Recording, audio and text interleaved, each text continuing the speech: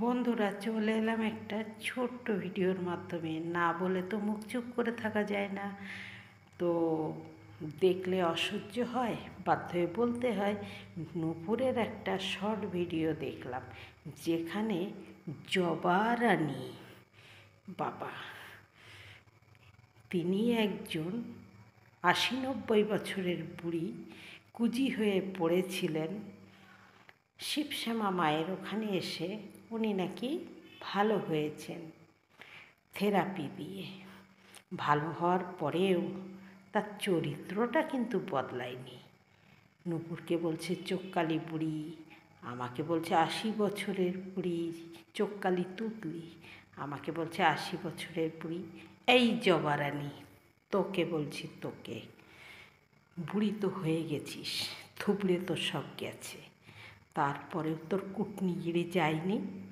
হ্যাঁ, যার সাথে আমাদের কথা চলে, যার বিরুদ্ধে বলি, সেই বুঝবে তুই মধ্যিখান্দে কেন পড়েছিস। তাহলে তো তোকে নিয়েও পড়তে হয়, কি তাই না?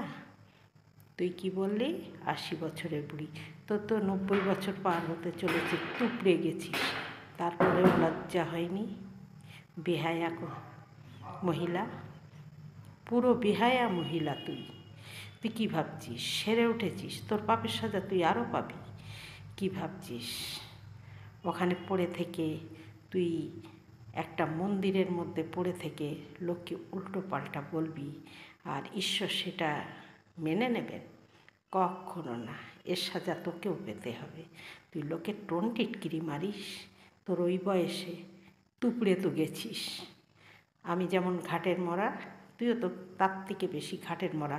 এই আছিস তো ওই নেই, দুদিন পরে তো আমার মতো শ্মশান ঘাটে তোকেও যেতে হবে। তারপরেও এত আসে কোথার থেকে? ও রস কমেনি বল? হ্যাঁ, শুটকি দিয়ে গেছিস, তবুও রস কমেনি। লোকের পেছনে কাঠি দেওয়ার স্বভাব না, পাড়ায়ও দিয়ে এসছিস, সেখানেও দিচ্ছিস। হ্যাঁ, চোখকালি তুতলি ৮০ বছরের বুড়ি, তোর কোন জায়গায় বাস দিয়েছি রে? এই জবা রানী, উত্তর দিস, ঠিক আছে? আশা রাখছি উত্তর পাব, ঠিক আছে?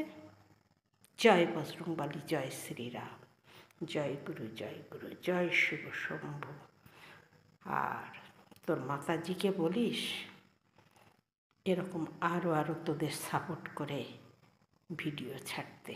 কেমন? একা পারছে না, দল ভারী করছে।